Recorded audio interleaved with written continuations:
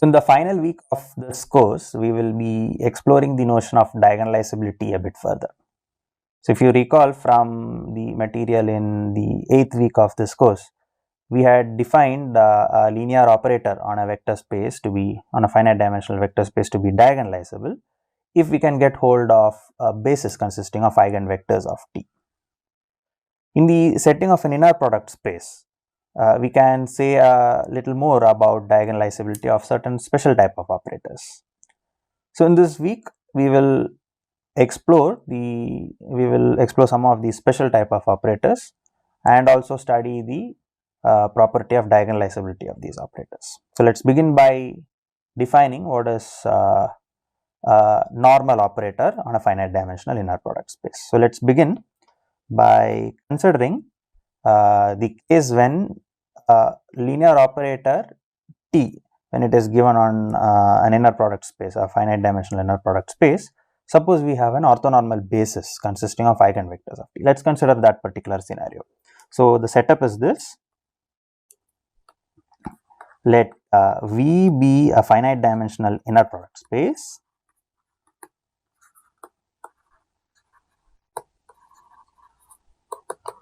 and we have a linear operator and T. Let me start using this notation L of V, which is basically the space of all linear operators on V, linear transformations from V to itself, and L of V, T be in L of V. Consider, suppose we get hold of an orthonormal basis beta, an orthonormal basis of beta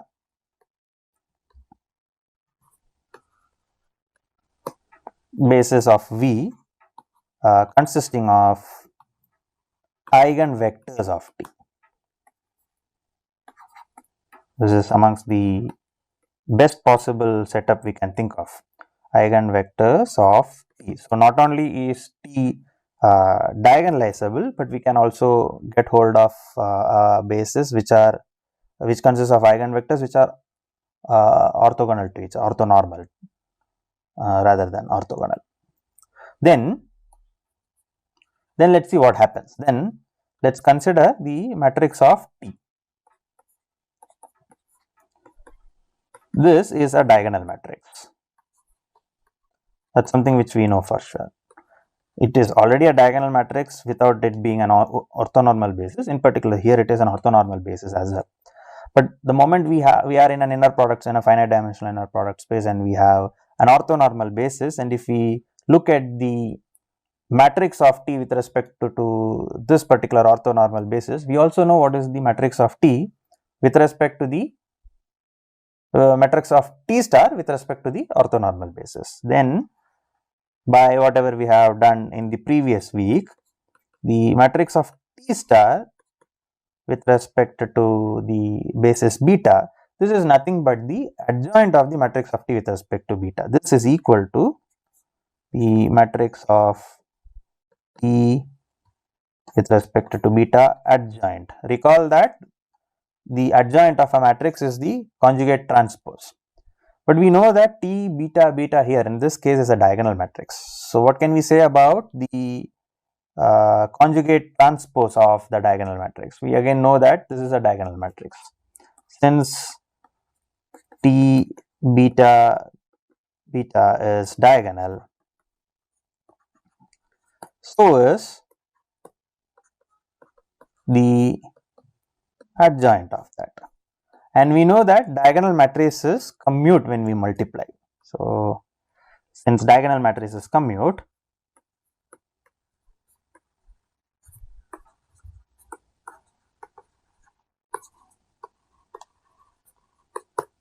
well, A and B are said to commute if AB is equal to BA, commutativity, that commute. So if the T beta beta is a diagonal matrix, so is T beta beta adjoint, and hence T beta beta times T beta beta adjoint is equal to the adjoint of the matrix T beta beta times the matrix of T beta beta. Now we will invoke whatever we have just observed from the previous week.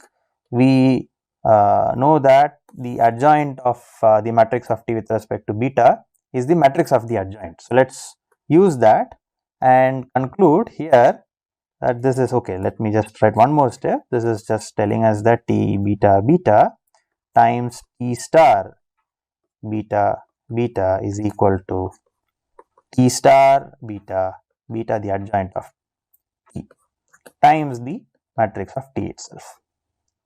But this also implies that the matrix of T star with respect to beta is equal to the matrix of T star T with respect to beta.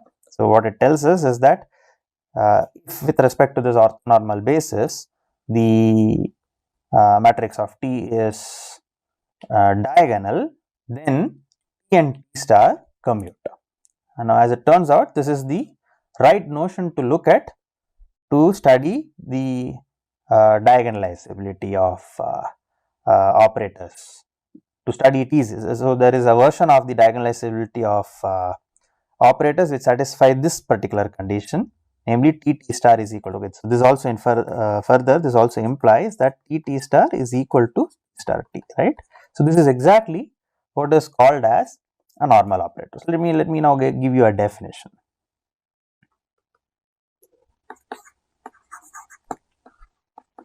So we just saw that if the linear transformation, linear operator on V has a basis, orthonormal basis consisting of, rather if V has an orthonormal basis consisting of eigenvectors of a linear operator T, then the matrix of T is going to commute with the matrix of T star, and from that we concluded that T star is equal to T star times T.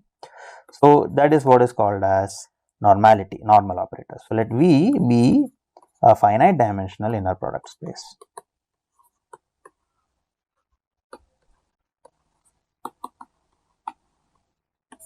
And the setup was just as we defined, and T be a linear operator on V. So it's a finite dimensional inner product space, and T is a linear operator on V. We say that T is normal. So let me write the word and underline it to stress upon the fact that we are defining this. We say that T is normal. T is a normal operator.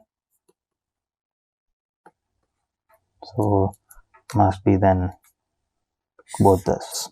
If T star is equal to T star T. Notice that T is a linear operator. So it's a linear transformation from V to itself, and therefore the adjoint is also from V to itself. So T star makes sense, and we demand further that T star is equal to T star T. Okay, let's look at a few examples.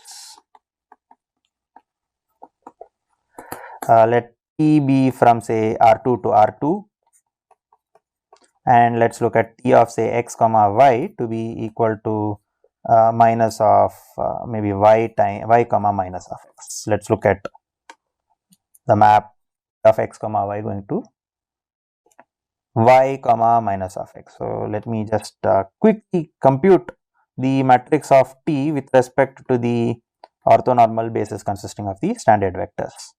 That will be equal to, what will be T of 1 0? T of 1 0 will be 0 minus 1, so this is going to be 0 minus 1. And how about 0 1? T of 0 1 will be 1 comma 0. And how about T beta adjoint? That's just going to be equal to 0 minus 1 1 0. And if you look at what is T star of x comma y is, that will just be multiplication by this matrix. All this is basically things which we are borrowing from the previous week's lectures. So this is going to be x comma y is minus y comma x. So if you notice, we started off with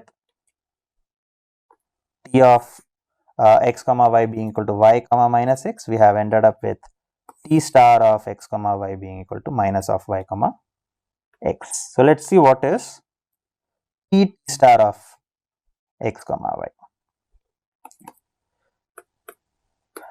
T star of x comma y is just equal to t of minus of y comma x, which is equal to x comma y. And what is t star t of x comma y? T star t of x comma y is t star of y comma minus x. If I am not mistaken, that's what our definition of t of x y is. Yes. And this again by definition is going to be equal to x comma y, because t star of x comma y is minus of y comma x. So this implies that t star in this case is equal to t star t. Okay, so this is an example of a linear operator which is normal. A non-example that is also in order. So let's look at t of x y being equal to say 0 comma x instead of minus y comma x. Let's consider this, and let's see what is t beta with respect to the standard basis, the orthonormal basis consisting of the standard basis vectors. This will just turn out to be equal to t of 1 comma 0 is just 0 comma 1, and then there is this. How about t beta adjoint? This is just going to be equal to 0 1 0 0. And what does that mean? That means that t star of x comma y is equal to y comma 0. Well, let's see what is t star of x comma y. This is equal to t of y comma 0. T, remember, t of x comma y is 0 comma x. So this is just going to be equal to 0 comma y.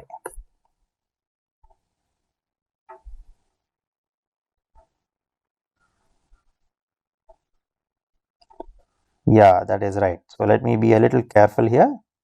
Y comma 0 is sent to 0 comma y. How about t star t of x comma y? This just will be t star of x comma y 0 comma x, which is equal to now x comma 0. So observe that for say 1 comma 1, t star is not equal to t star t. Hence, t is not normal. In this case, we should actually also look at the fact that there are matrices involved. So there can be an analogous notion of normality that can be defined for matrices. So let me give that definition here as well. Let A be an n cross n matrix. We say that A is a normal matrix A adjoint times A. So we say that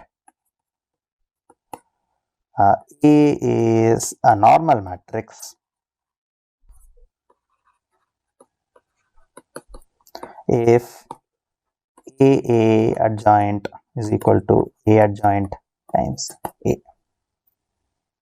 So you can check, I will not go and check for you. This is this particular matrix, which now I am boxing in green, is just going to turn out to be a normal matrix.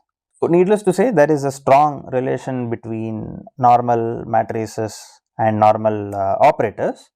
We'll capture that in the next proposition. So proposition. So the setup is going to be the same. Let T be a linear operator on a finite dimensional inner product space. So let T be a linear operator on a finite dimensional inner product space.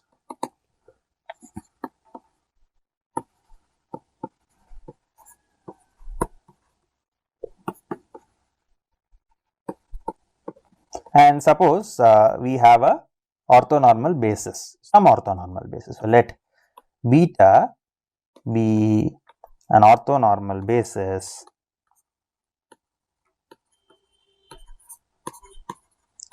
of T. Then T is a normal linear operator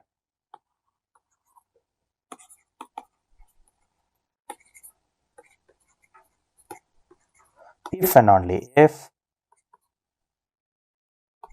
T beta beta is a normal matrix.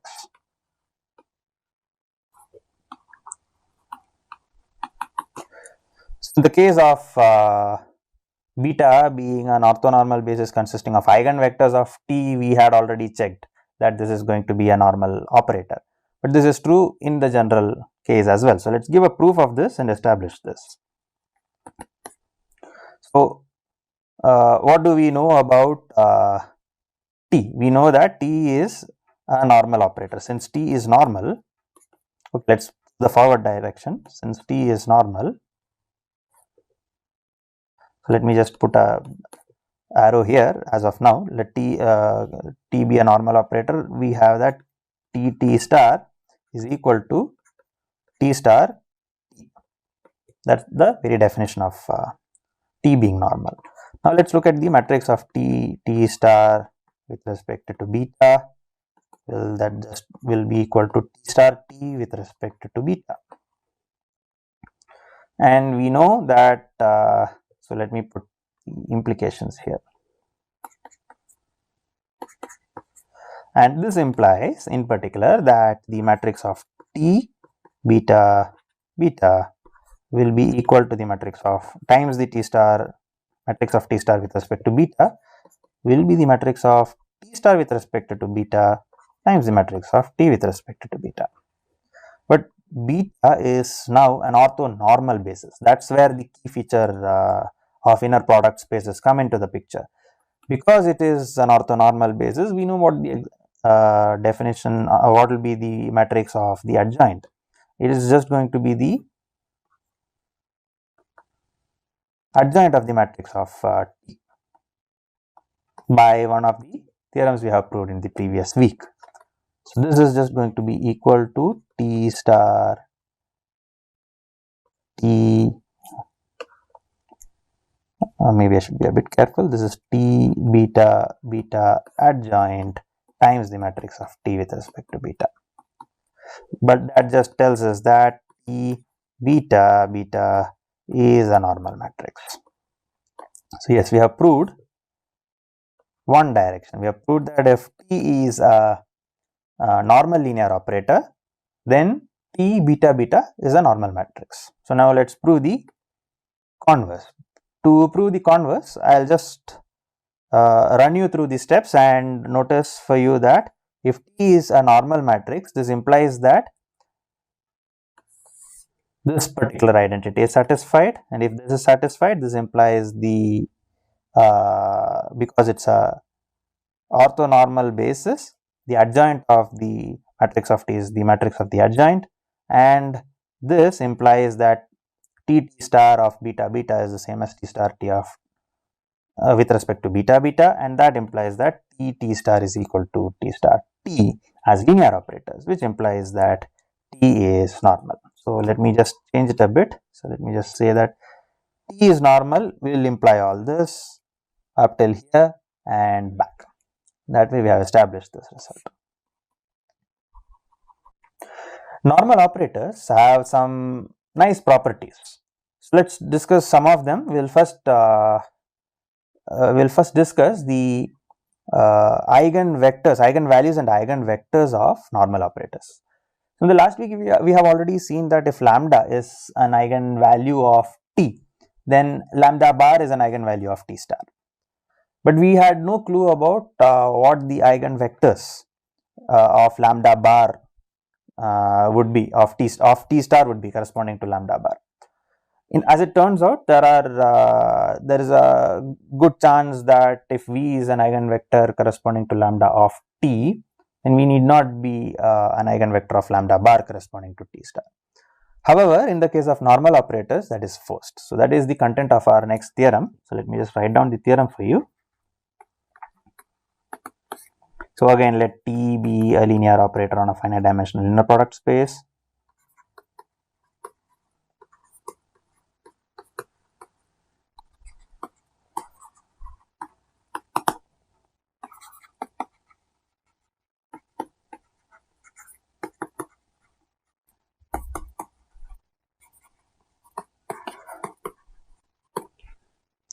Then V is an eigenvector of T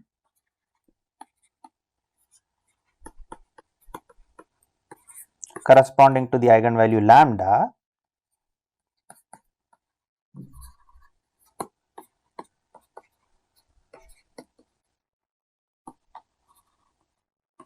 if and only if V is an eigenvector of T star corresponding to lambda bar. So, we already know that lambda bar has to be an eigenvalue of T star, but this theorem tells us that the same eigenvector works for lambda bar as well. So, then if and only if V is an eigenvector of T star corresponding to lambda bar.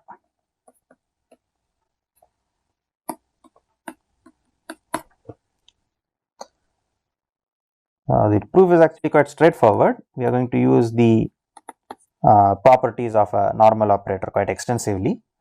So, let us look at T star V minus lambda bar V norm of this. We will prove that this is equal to 0. So, rather we will prove that the square is 0, the length of the square of the length of T star V minus lambda bar V. But that is just equal to the inner product of T star V minus lambda bar V with itself. And this is equal to the inner product of T star V with T star V. Let us see, minus inner product of T star V comma lambda bar V minus inner product of lambda bar V with T star V, and finally this is going to be inner product of lambda V lambda bar V. This is the exact expression that we will have. But then by the properties of the adjoint, this is just the inner product of V with T star V. And how about the second term? The second term will be the inner product of V with T of lambda bar V,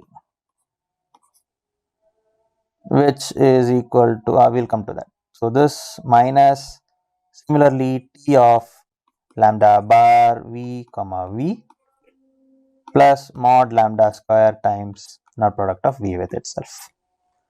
Now, T is a normal operator. This implies that T star is equal to T star T. This is equal to hence V comma T star T V.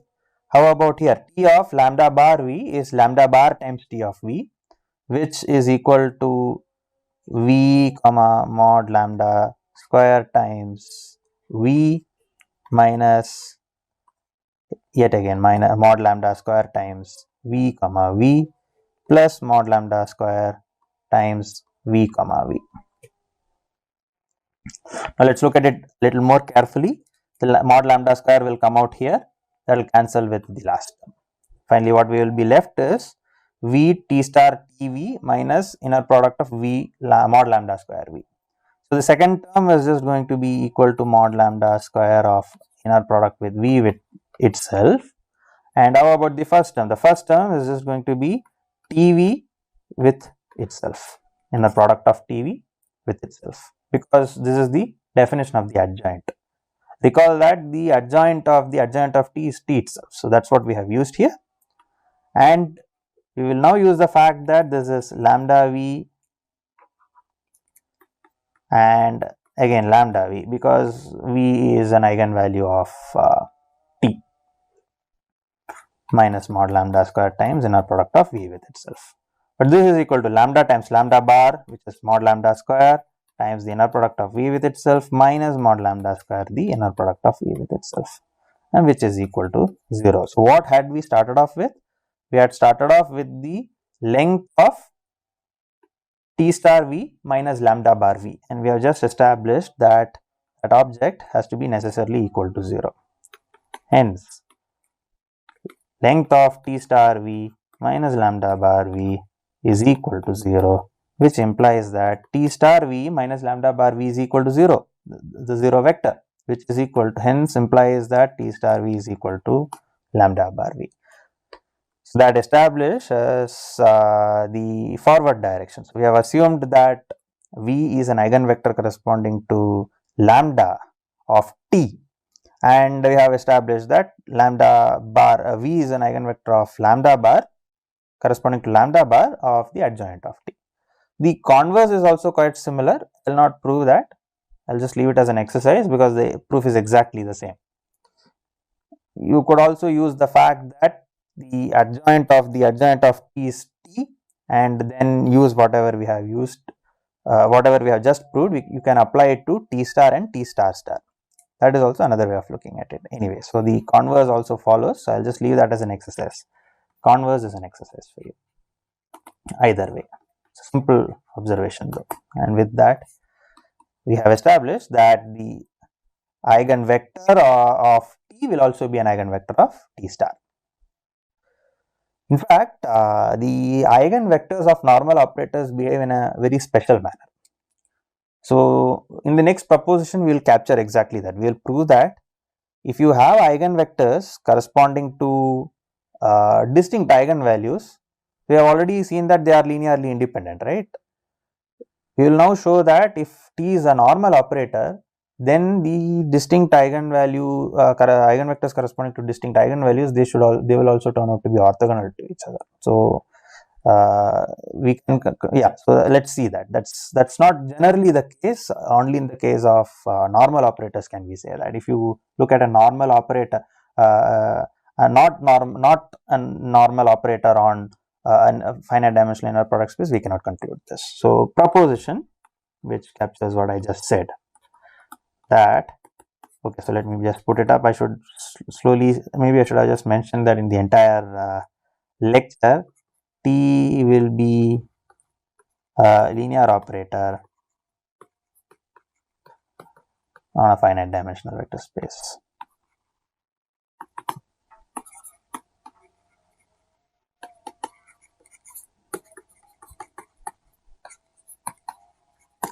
Then T is, okay, suppose lambda 1 and lambda 2 are distinct eigenvalues of T.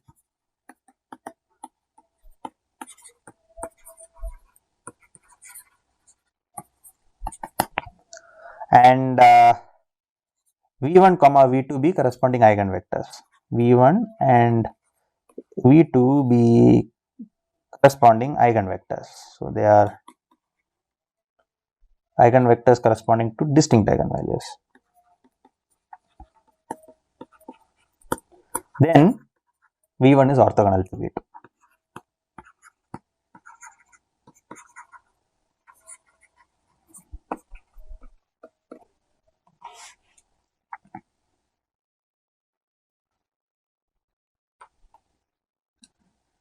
So let's see, let's look at a proof of this particular proposition.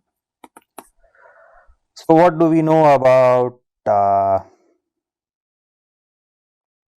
let's see, what is TV comma TV1 comma V2? We know that this is equal to, or maybe I should start like this, lambda 1 times V1 comma V2. If you look at this particular number, this is after all a scalar, right? So this is equal to the inner product of lambda 1 times V1 comma V2 by the very basic properties of the inner product. Now that is equal to, because V1 is an eigenvector corresponding to lambda 1, this is just TV1 inner product with V2. But now we will invoke the definition of an adjoint, or the property of an adjoint of T, to conclude that this is V1 inner product with T star of V2, the adjoint of V2. And V2 is an eigenvector of T corresponding to lambda 2. So V2 is also hence an eigenvector of T star corresponding to lambda 2 bar. That's the content of the previous proposition. So this is just V1 comma lambda 2 bar times V2. And by the properties of inner product, this is lambda 2 times the inner product of V1 with V2. What does that mean? This implies that lambda 1 minus lambda 2 times the inner product of V1 and V2, this is just equal to the scalar 0. But we observed that lambda 1 and lambda 2, the hypothesis tells us that lambda 1 is not equal to lambda 2. So, lambda 1 minus lambda 2 cannot be 0. So, the product of two numbers equal to 0 and one of them is non-zero forces the other to be equal to 0. So, V1 comma V2 in the field. So, the field of scalars. So, this is just going to be equal to 0, and that's precisely what we had set out to prove. So, V1 is orthogonal to V2.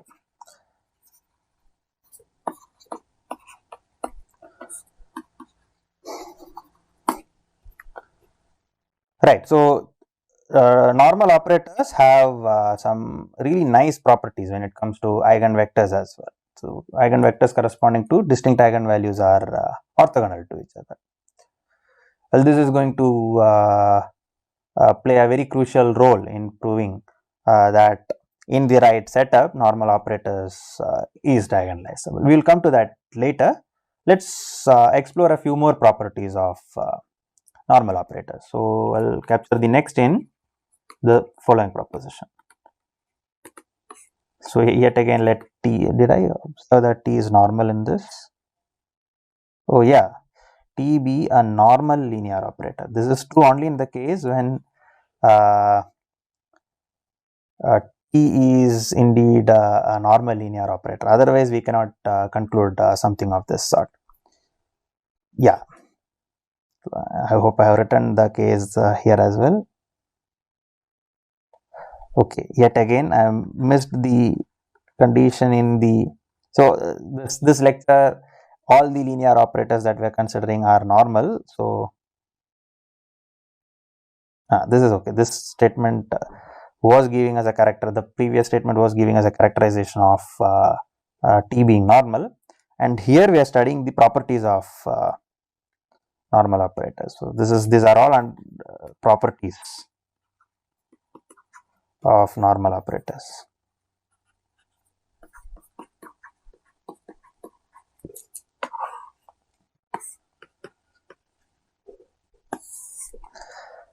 Right. So what next? So let T be a normal. Let me not miss it this time. Normal linear operator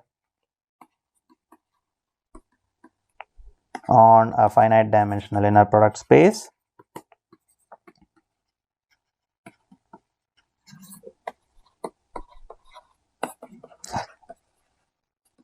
Then the length of T star V is the same as the length of TV for all V. Then the length of T star V is equal to the length of TV for all V in capital V. This is quite straightforward actually. Let's give a quick proof. So, we will rather prove that the square is the same. These are the standard tricks that we use in inner product spaces, because the length square is just the inner product of T star V with itself. The inner product of T star V with itself. The adjoint of T is T. So, this is going to be equal to V T star V, and T is a normal operator. So, T star is equal to T star T, V comma T star T V. But again, this by the property of the adjoint is just TV comma TV, which is the length of TV square. So, we started off with the length of T star V square, we ended up with the length of TV square. This implies that length of T star V is equal to the length of TV. So, T and T star have the TV and T star V have the same length for all V in capital V. So, that is something which we can say about normal operators. Okay, let's solve some problems now. So, just like in the previous week, we will try to solve as many problems as possible during the lectures itself. There will be no separate problem session. The problems will be integrated into the lectures. So, let's solve the first one. First problem states the following. So, let E be a linear operator from C3 to itself. Be a linear operator. such that t of say 1 comma 1 comma 1 is equal to 2 comma 2 comma 2. This information is given to us. Then prove that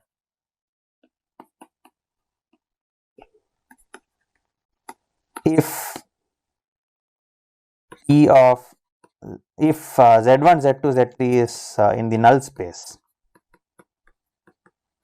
belongs to the null space of T, then z1 plus z2 plus z3 is equal to 0. This is what we have to prove. So if z1 z2 z3 is in the null space, the sum of its coordinates is 0. So yeah, so what is it that we are given? Oh, this is not yet again I'm missing, I'm sorry to be missing, I'm sorry that I'm missing it again and again. We are considering only normal linear operators in this particular lecture. So yeah, T here is a normal linear operator. So let me just restate the problem here. T is a normal linear operator such that T of 1 1 1 is 2 2 2, and suppose z1 z2 z3 is in the null space of T, then the sum of the coordinates is equal to 0. So let's look at a solution.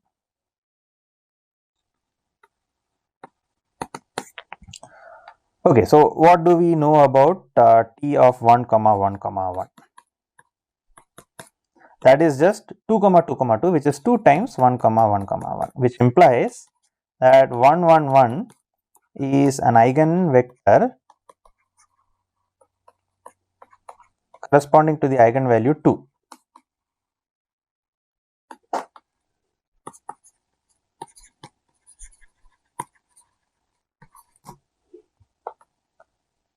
And what do we know about z1 z2 z3? z1 z2 z3 is in the null space. It's in the null space of T, or the kernel of T. This implies that z1 plus, sorry, not z1 plus, T of z1 z2 z3, this is the 0 vector, but that is just equal to 0 times z1 z2 z3. So that means that, okay, further if the null space of linear operator is non-zero, if it is not an injective linear transformation, then 0 is in particular an eigen value of T, and any non-zero vector in the null space will turn out to be an eigenvector corresponding to 0. So here in this case, z1 z2 z3 is an eigenvalue, is an eigenvector of T corresponding to the eigenvalue 0. So maybe I should add in the problem here that be a non-zero vector.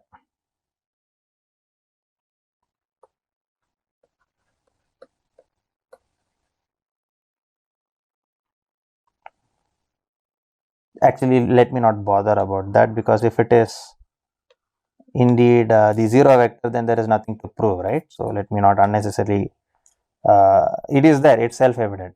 If z1 z2 z3 is 0, then z1 plus z2 plus z3 is also equal to 0. So in particular, this is true for all vectors in the null space of T. B is an eigenvector of T, right? That's what it means. If z1 z2 z3 is non-zero. If z1 z2 z3 is 0, I will not bother writing the argument down, because then z1 plus z2 plus z3 is anyway 0. Now, what does this mean corresponding to 0, to the eigenvalue 0? Yeah, maybe I should have finished this. Okay, what is the theorem which we have proved a bit earlier? We have proved that if this one, if you have a normal linear operator, if T is a normal linear operator on a finite dimensional vector space, and lambda 1 and lambda 2 are distinct eigenvalues of T, then its eigenvectors are going to be orthogonal to each other. So here in particular, what this tells us is that 0 and 2 are eigenvalues here, distinct eigenvalues. The inner product of z1 z2 z3 and 1 comma 1 comma 1, which are the eigenvectors corresponding to 0 and 2 respectively, this is going to be equal to 0.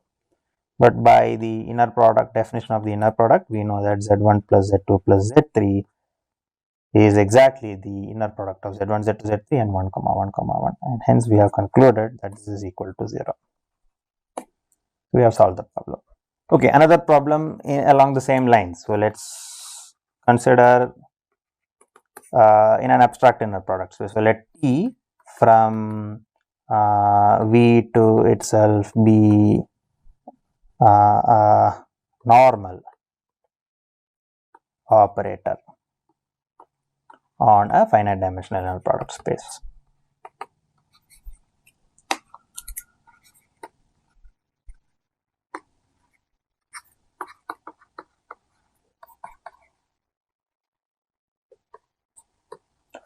Suppose norm of V is equal to 2 equal to norm of W and T of V be equal to 3 V comma T of W be equal to 4W. Then calculate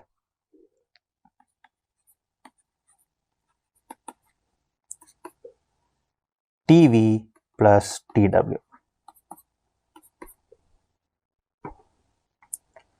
Let's see. TV is equal to 3 times V and TW is equal to 4 times W. This indicates that V and W are orthogonal to each other because they are the eigenvectors corresponding to distinct eigenvalues. So let me first note that down. Solution. Since V and W are eigenvectors of T corresponding to distinct eigenvalues,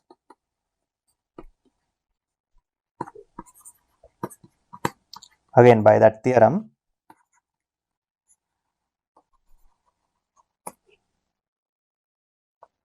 then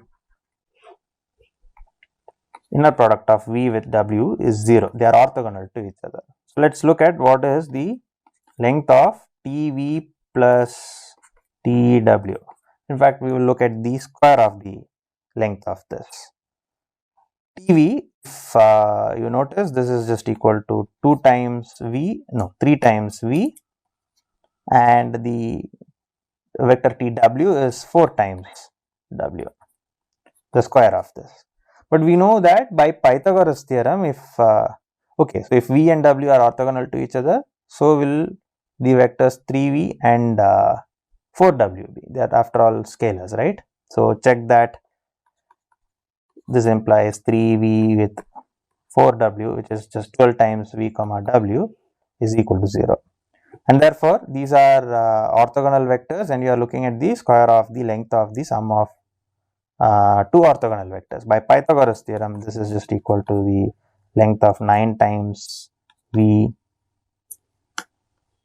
9 times the length of V square plus 16 times the length of W square. But length of V and length of W both are equal to 2, and therefore this is just 25 times 4, which is equal to 100. This implies that the length of TV plus TW, this is equal to 10. That's the number we are looking for. Yeah, maybe we should have proved this problem first. This is problem 3. Let's call it problem 3. So let T from V to itself be a linear operator, be the linear operator. Or before that, let's fix two vectors. So let V0 comma W0 be in capital V. So we have seen this linear operator before, and define T from V to itself given by TV is equal to the inner product of V with V0 times W0. So here the question is to prove that, then prove that T is normal. Notice that in this case T is from V to itself. So T is normal. It's a special case of the linear operator we were considering last week. If and only if V0 and W0 are linearly dependent.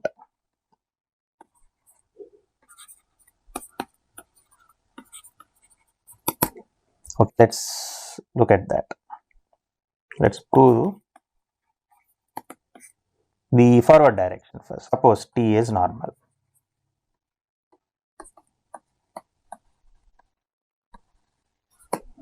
That means T star is equal to T star P. So we have calculated what T star is. Recall that T star of, let me just use W here for consistency, even though W is also some vector in V. This is just going to be equal to W inner product with W naught times V naught, and T star W is just equal to the inner product of W with W naught times T W, right? Times T V naught. Why is this? Because T is a linear operator.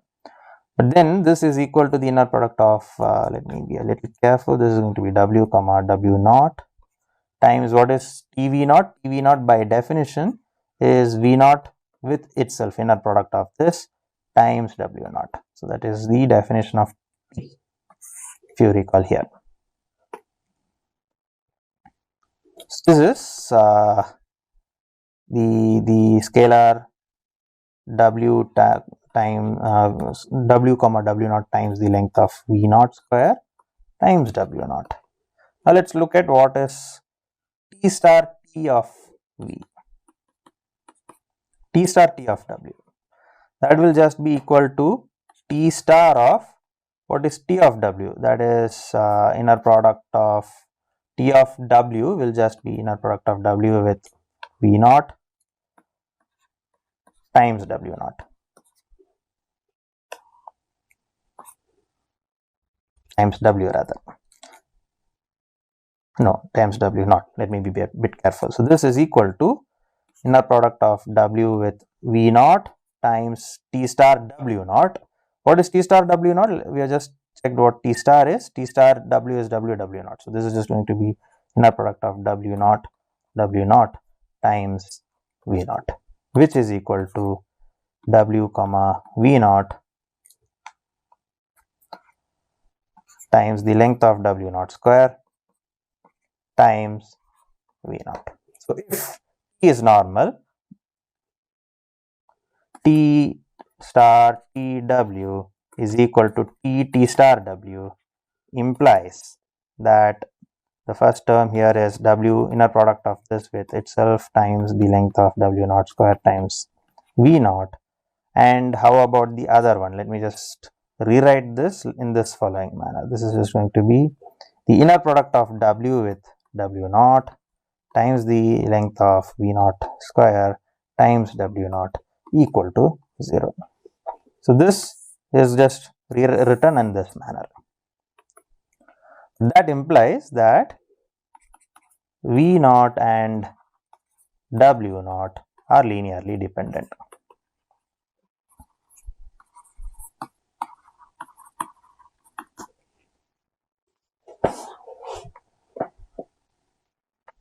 Yeah, that's true because we have assumed, okay, so let's assume our non-zero vectors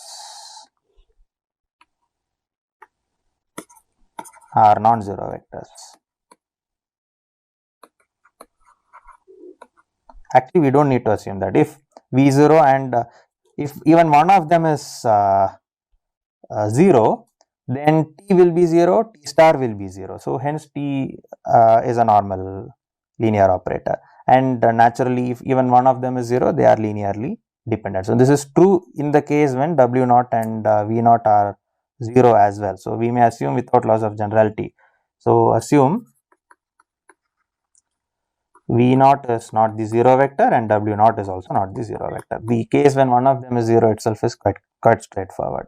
And because it's not 0, this term will not be 0, this term will not be 0, and this will not be 0 for, say for example, this is not 0 for when W is equal to V naught.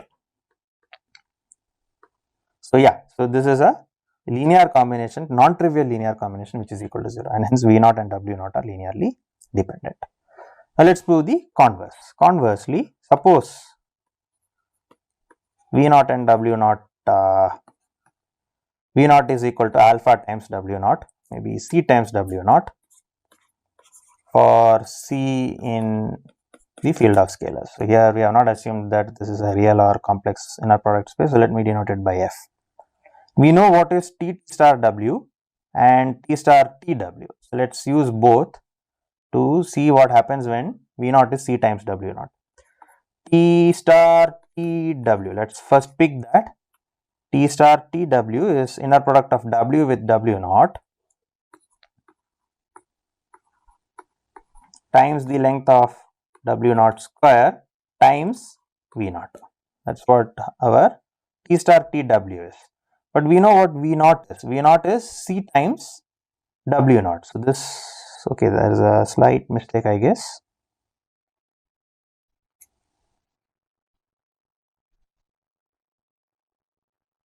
Yeah, there is. So this is not W0, this is V0. Okay, so this from here will just turn out to be equal to the inner product of W with C times W0 times the length of W0 square times C times W0. The inner product, the properties of the inner product tells us that this is C bar times inner product of W with W0 times the length of W0 square, and the C can be taken out here times the W0 here. So this is mod C square times the inner product of W0. So let me just write it down. Times the length of W0 square times W0. So F star let me put, so that C is not equal to 0. Again, it doesn't matter, but still. Now what is T star W? That will just turn out to be equal to, well, let me go up, let me not make mistakes. This is W0 length of V0 square times W0. W0 length of V0 square times W0. Okay, but V0 is C times W0. So this is just directly equal to mod C square times W0 times W0 length square times W0. But that's precisely equal to T star T W, which implies that T star is equal to T star T.